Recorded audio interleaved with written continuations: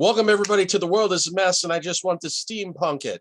This is episode 69, or sorry, correction. This is episode 66. I don't know why I said 69. This is episode 66, June 19th, 2022. I'm your host, Steampunk Star Raisin. I'm here in North Hollywood, California, USA, and I'm here with my co-host, Daniel Bertazzon. He is in Bellwood, Ontario, Canada. How's it going, Daniel? I'm good. How you doing? I'm hanging in there, other than misspeaking about the number of the episode. But yeah. So I take it we're going to do a review of Kenobi episode 5 and Strange New Worlds episode 7. Yeah, but okay, first of all, did you see that Ezra Miller was being chased by the police and now he's definitely fired? He's not going to be the Flash anymore. I haven't really followed Ezra Miller that closely. You know, for those of you who don't know, he's the guy that plays the movie version of Flash in the Justice League movie, and he had a cameo in the Flash TV series. Yeah, his whole life is a shit show. He apparently was friends with a 12-year-old, and then he stayed friends with her all the way up to 18, and her parents don't like him, and I don't know, there's a bunch of drama, and he apparently randomly assaulted people. So what happened in his latest arrest? Well, I saw a video where he was running away from the police. Apparently, I think he thinks he's actually the Flash now. He's like delusional. He thinks he's the Flash. He's running from the police, and like he had rollerblades on, and he was running away from the police, and the police were chasing him. And now I think they caught him or something. And yeah, now he's definitely not going to be the Flash anymore. I don't know why is he doing all this? I don't understand. I don't know. He seems crazy because he was getting paid a lot of money to be in the DC movies. I mean, he was in the Justice League movie as Flash. He had a cameo, a Crisis Infinite Earths crossover from like 3 years ago, and that was probably the highlight of his career. And he kind of threw it all away, sadly, over just shenanigans. I don't know if it's drugs or what. I haven't really followed his life that closely because to me, the Flash, the way he's depicted in Justice League, he's kind of a minor supporting character. So I don't know. And I always thought the movie version of Flash didn't look right. He had like this weird mechanical suit that didn't seem to make much sense. And yeah, so almost like an Iron Man like suit, the way they, so it is what it is. I haven't really, like, when I was looking on, let me look on Wikipedia.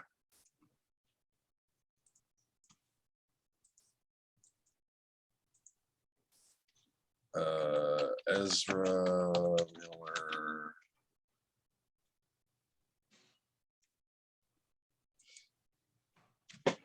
I mean, his life has just been, he's been having legal issues since 2011. Like, I see here on Wikipedia, if you want, I can share the page with you.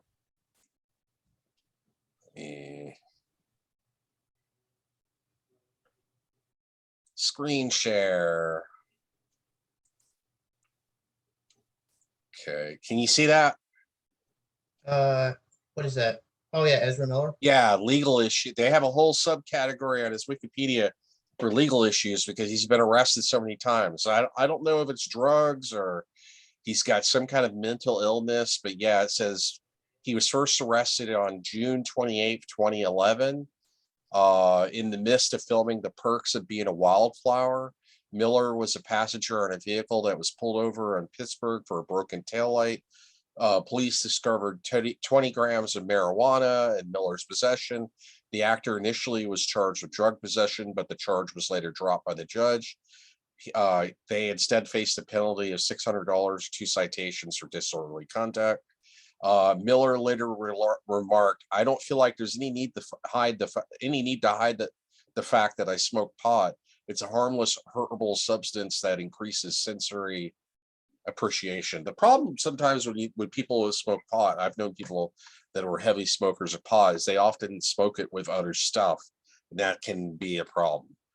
You know, if you add stuff to your marijuana. But anyway, and then in 2020, he got arrested again for a choking incident. It said on April the 6th, 2020, a video surfaced in a since deleted tweet that appeared to show Miller choking a woman and throwing her to the ground. The video was confirmed by Variety to taking place at Perico Kalfras, a bar in God, I can't even pronounce the name of that city. It's in Iceland. A bar in a city in Iceland. A bar employee identified the person in the video as Miller, who was escorted off the premises by staff after the incident. Then he was arrested again in Hawaii on March 28th, 2022. That's, of course, this year. Miller was arrested in Hawaii following an alleged physical altercation with patrons after having hurled obscenities at clients at a karaoke bar and was charged with disorderly conduct and harassment. On April the 19th, 2022, Miller again was taken into custody for second-degree assault by Liliana State Subdivision Police Authorities and Pahoa for allegedly throwing a chair which hit a 26-year-old woman and left a half-inch cut on her forehead after being told to leave during a private get-together. I apologize for any mispronunciations of names that I have a hard time pronouncing, especially Hawaiian names. Anyway, Miller has been arrested 20 times after the attack during a traffic stop at the intersection of Highway 130 and Kukala Street in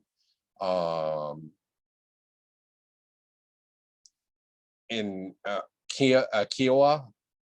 And then just hours after the second arrest, Miller pleaded no contest to the karaoke incident. I don't know. He apparently has some kind of temperament issues. And then this is really creepy right here. Relationship with Takeda Iron Eyes. In June 2020, the Standing Rock Sioux Tribal Court issued a temporary order of protection against Miller on behalf of 18-year-old activist Takeda Iron Eyes. Chase Iron Eyes and Sarah Jumping Eagle, Takeda's parents, requested the order due to Miller allegedly using violence, intimidation, threat of violence, fear, paranoia, delusions, drugs to hold sway over Takeda. The relationship between Miller and Takeda, which began in 2016 when Miller was 23 and Takeda was 12, also included Takeda flying to London in 2017 to visit Miller on the set of Fantastic Beasts: The Crimes of Griswold. Takeda dropped out of school in 2021, allegedly to follow Miller. Takeda's parents also alleged in documents that Miller had caused bruises on Takeda's body, and Miller had manipulated Takeda to believe that Takeda was transgender. Takeda later responded by denying her parents' allegations. As of June 10th, 2022, law enforcement were unable to locate Miller in order to serve him the order. Miller then posted messages on Instagram mocking the court's attempt to find him, but has since deleted him. But yeah, harassment allegations. On June the 16th, 2022, a woman and her 12-year-old child were granted temporary harassment prevention order against Miller after the latter allegedly threatened their family and showed inappropriate behavior towards the child. According to the woman and the child, Miller, who was originally visiting a neighbor, showed up to the family's house unexpectedly wearing a bulletproof vest and brandishing a gun before pestering the child by uncomfortably touching their hips. I mean, this is weird really messed up allegations. But yeah, he seems like he's got some mental health problems. I hope he gets help, but he also sounds like a douchebag. You Sounds know what I'm saying? strange. Sounds Yeah, strange. I never like. Why would he do all this stuff? Is weird. it is weird, but I don't know. A lot of times when you become a celebrity actor, things get to your head. You know, so I don't know, man. Mm-hmm. Um, I'm going to stop the screen share because I've already read that. But anyway, anything else you want to talk about Ezra Miller before we move on to another topic? No, no, I'm fine. All right. He's a weird guy. He's apparently got some emotional problems. He's got some anger management problems. Hope he gets help, but I have no freaking idea. He's an idiot for destroying his own career. But anyway, moving on to Kenobi episode 5. Have you seen that? Yeah, it was pretty good. Yeah. It was better because it had some, you had some fights between Kenobi and him helping out, you know, but it still overall the show violates canon and it makes no sense. And I feel like, you know, they were kind of hinting that Reva was a Padawan and Vader was obviously toying with her. But I think we talked about this in the last podcast, didn't we? Kenobi Mm, episode 5. I don't know, maybe. But yeah, Kenobi episode 5, I mean, I just think it's a little bit lazy writing because the Grand Inquisitor, they don't explain how he didn't die because he looked dead and his eyes, he had a blank stare in his eyes. I mean, was he repaired? Did he get turned into a cyborg? No explanation. He just shows up. Oh, he's alive. So it doesn't violate canon. And why would Darth Vader, if Reva is betrayed Darth Vader and she was trying to kill Vader out of revenge, why did Vader even leave her alive? Sounds like they're going to try to do a spinoff show with Reva. I mean, it was better than some of the other Kenobi episodes, but overall, I'm still greatly disappointed with the Kenobi show because it makes no sense the rematch between Kenobi and Vader, and that Kenobi's going to survive. You know the Grand Inquisitor's going to survive. You know that Darth Vader is going to survive because you already know what happens in the future. And so and I find that 10-year-old actress that plays the young Princess Leia to be kind of annoying. She seems to be, she knows how to fix droids. She knows how to repair stuff. She fixes that droid that was hacked, the little Mickey Mouse pet droid that she has that had a beacon built into the droid. It's just all very contrived to me. Special effects were pretty cool. It was somewhat entertaining, but I don't know. I'm a little bit disappointed, but yeah, it was entertaining. I'll say that. I'll give it a 5 on a scale of 1 to 10. Anything else that you have to add to that before we move on to the next topic? What did you see in that episode how powerful Vader was? He was holding back a ship, a starship with starship engines, right? Oh yeah, and Kenobi kind of baited him. He used Reva as bait for Vader, and he had the smaller ship take off while Vader was destroying the first ship. Vader thought he had him, but he didn't have him. And so, yeah, that was pretty powerful. It was pretty cool. Of course, in the original trilogy, Vader was never presented to have force powers that powerful that he could hold a ship. But yeah, it's kind of cool. There was some cool stuff. It's gotten a little bit better. I hope they wrap it up, but they've been really lazy with the writing. Like, if you're going to presumably kill a character and then presumably bring him back to life, you need to explain. It's just lazy writing, and I mean, it seems like an insult to my intelligence the way Disney is treating Star Wars fans lately. Like I just saw it like Boba Fett, Book of Boba Fett was disappointing, and this has been disappointing as well. But yeah. Yeah, but it's like that's the problem with making prequels. When you make prequels, you can do more in the future, right? You can do more, so you can make Vader pull back a starship, but then that doesn't explain. It makes no sense. If he's that powerful, he would have beaten Luke easy. Well, he was trying to capture Luke in Empire Strikes Back. He was trying to stop from killing Luke. He was trying to capture Luke. Yeah, but in Jedi, I mean, in Return of the Jedi, he would have easily killed Luke. Well, Luke was powerful too in his own might. So Yeah, but he wasn't that powerful that he could hold a ship. yeah, it kind of breaks canon. So it is problematic. So I like to pretend that everything in Disney Star Wars didn't happen except for Rogue One. That's really the only movie that Disney has done that I really liked. The only I did like The Mandalorian. The Mandalorian is sort of a sequel because it takes place 5 years after Return of the Jedi, but they did a really crap job with the CGI Luke Skywalker. They did a better job during the Book of Boba Fett. There was a couple of good episodes of Book of Boba Fett because it focused mostly on the Mandalorian. But yeah, I mean, it was entertaining, but it could have been better. Definitely far from my favorite series. I will say that. Any other last words before we move on? I have pretty much All I said can say is everything I I'm going to can't say about wait. it. I cannot wait for the Ahsoka show. I can't wait. I'm tired of staying in this prequel era thing. I want to move forward. Oh yeah, Okay. and Mandalorian season 3 comes out what, September, October? Mandalorian season 3. I didn't know that. Yeah, I think so. Yeah, it should. Around September, October, around there. Sounds good. Let's move on to the next. Yeah.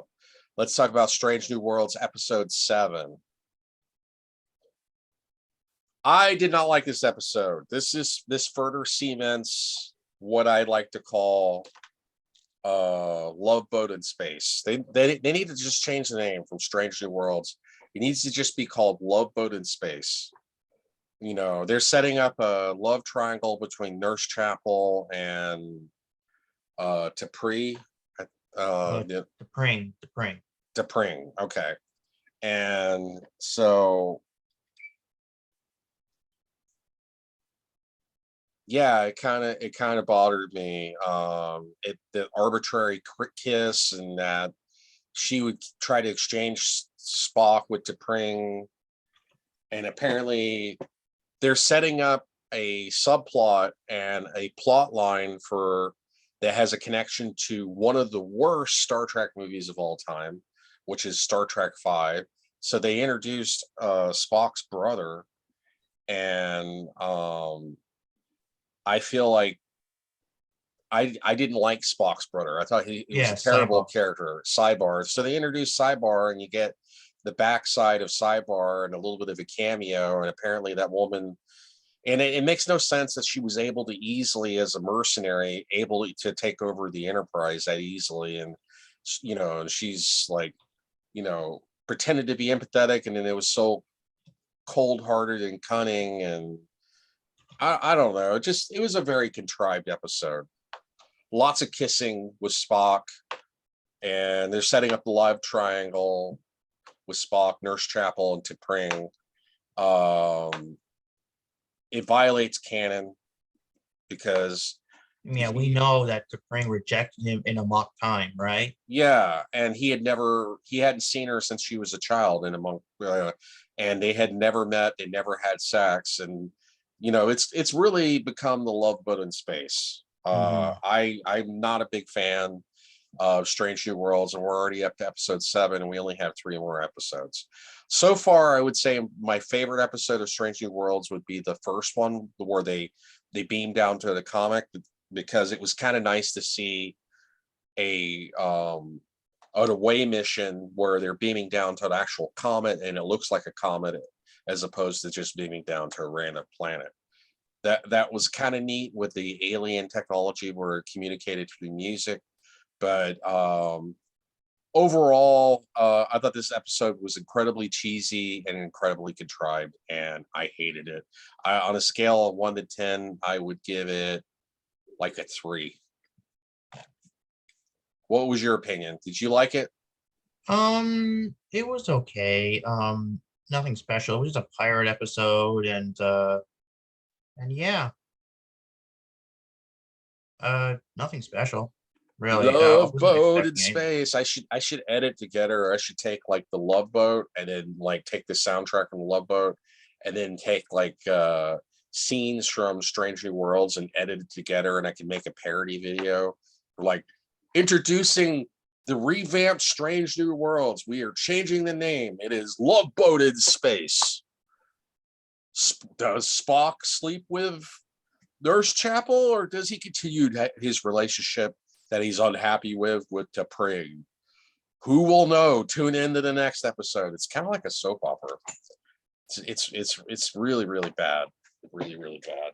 It's not what they're trying to make Spock this cool fuck boy, and it's just not working. Mm. All the way down to the sideburns, it's not working. Mm-hmm. It doesn't feel like Star Trek to me. It feels like Love Boat in Space. Anyway. I can't wait until Picard season 3. I can't either because they're going to bring back apparently all the original cast. So I wonder how they're going to bring back Commander Data. But they keep on saying it's not Data. It's not Data. maybe So it'll be B4. Who knows? But I don't know. I mean, yeah, and I haven't watched any more of Orville. I think there's 2 more episodes of Orville that I need to see, but I haven't watched it. You haven't really been that interested in Orville, is that correct? No, not really. Why not? You need to give it a new. I took one look at it and I'm like, no, it's not really interesting. Watch Orville: New Horizons. I think it'll surprise you. Mm. I think it'll definitely surprise you. We've got about 7 minutes left. Any other topics? Oh, I know what I want to talk about. And I was going to bring this up with you when I was talking off camera, but I forgot to. The crypto crash. Apparently, the 3rd largest crypto bank or crypto exchange has become insolvent, or they basically shut down the ability for people to transfer money from crypto, and you can't extract money out of your investment portfolio because apparently they said that because of volatile market conditions, and this has caused a massive crash in crypto.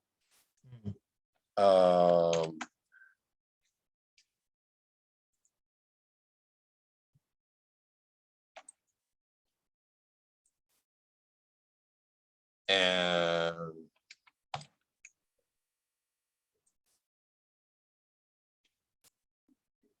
let me bring this up. Share screen. You see that? 1 second. No. Oh wait. Okay, what about now? Can you see that? Oh yeah, I can see that. Yeah. As you can see, like crypto kind of peaked November the 5th, 2021, when it was at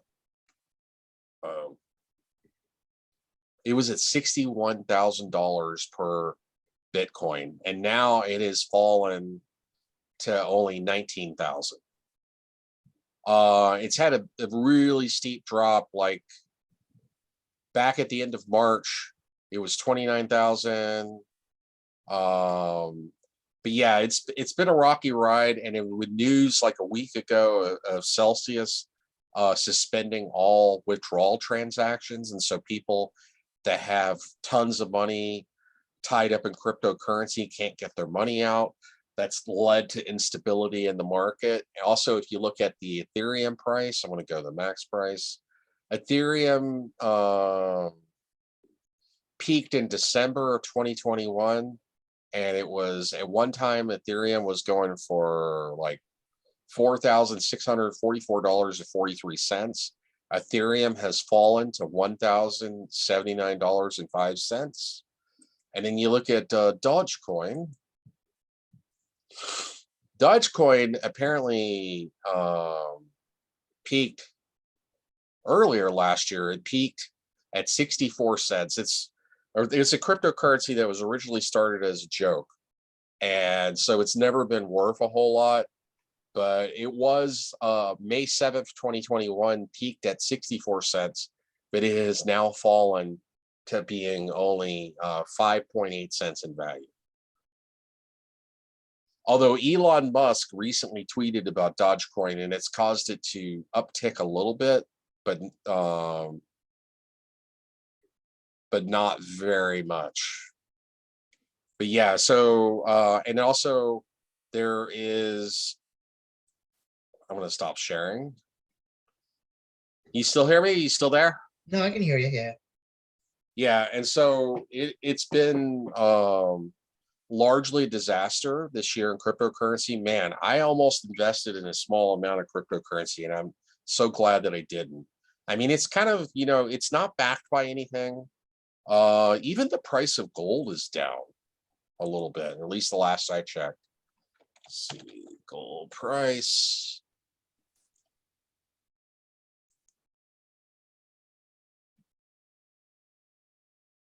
Yeah, precious metals are also falling.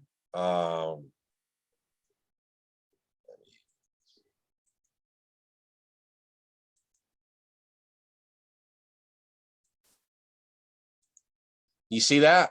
Like everything has fallen, like gold, silver, platinum, palladium. Gold fell $2.70 an ounce. You would figure with the bear market instability that gold would hold firm, but I think gold has been overpriced for a while, because you look at that to platinum, which is a more scarce metal than gold, and it is almost twice the value of platinum. And then silver fell 12 cents an ounce. Platinum fell $5.40 an ounce. Palladium went up $4.80 an ounce. I know palladium is used in some electronics and whatnot, but yeah, so cryptocurrency, not a good bet, and NFTs have fared even worse. I've heard of people. I read a story of a guy that bought one of the monkey NFTs for like $2 million. Oh wait, no, he bought an NFT of the first tweet on Twitter, and he paid $2 million for it. And he tried to resell it, and the maximum bid he could get was only like $10,000. So he spent $2 million on a freaking NFT that he can't even get $10,000 for. And the NFT market has also evaporated. So the crypto scam, cryptocurrency is largely a scam. It's a hedged bet without any guarantee. At least gold has an intrinsic value if you invest in gold and silver. This has no intrinsic value. At least the dollar has value because it is backed by the federal government, where cryptocurrency is not backed by any government. So people can steal your wallet. They can, they get a hold of your chain code. I've never had a crypto wallet. I've never owned any cryptocurrency, but you look at that and it is.